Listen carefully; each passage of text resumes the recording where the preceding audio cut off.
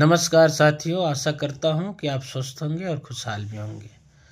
मित्रों, मनुष्य का जो जीवन होता है, मनुष्य इस जीवन में बहुत सारी चीज़ों का अनुभव रखता है और ये अनुभव रखना ज़रूरी भी है।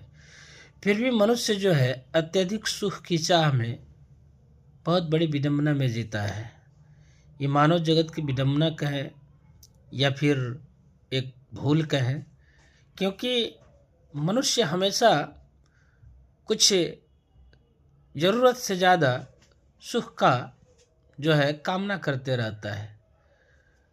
जैसे मनुष्य बाल रूप में जन्म लेता है तो वो चाहता है हम खुद से चले फिरें, उसकी चाहत ये भी पूरी होती है। थोड़ा सा बड़ा होता है तो फिर वो अपने सूझबूझ का इंतज़ार करता है ताकि उससे चेतना आ जाए, वह चेतनशील हो जाए। जैसे ही थोड़ा सा चेतनशील होता है फिर वो अपने कर्म क्षेत्र में लग जाता है। पढ़ाई लिखाई, विद्या अध्ययन इत्यादि, रोजी रोजगार, ये सारी चीज़ें होते होते जो है वह विवाह आदि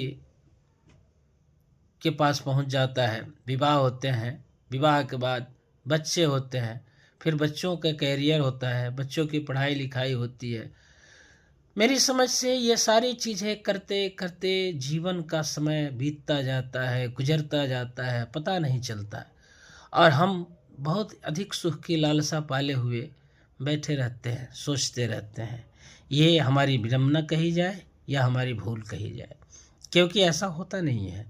मनुष्य का समय, मनुष्य का जीवन जिम्मेदारियों के साथ बीतते बीतते एक दिन बिल्कुल समाप्त हो जाता है और फिर भी मनुष्य जो है सुख की कामना में भटकता ही रहता है।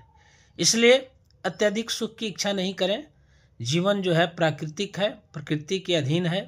स्वयं आपने गीता पढ़ा होगा, रामचरितमानस पढ़ा होगा, उसमें स्वयं भगवान भी कहते हैं कि पार्थ, मैं भी प्रकृति के अधीन हूँ।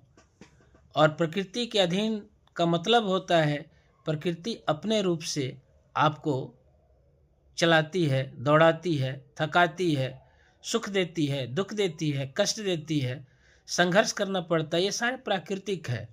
इसलिए हर रूप में प्रकृति के चैलेंज को स्वीकार करना सीखो।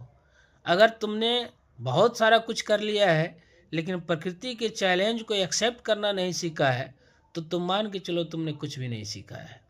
क्योंकि यह जीवन आनंदित और खुशहाल तभी हो सकता है जब हम प्रकृति के चैलेंज को हर रूप में एक्सेप्ट करना सीख लें।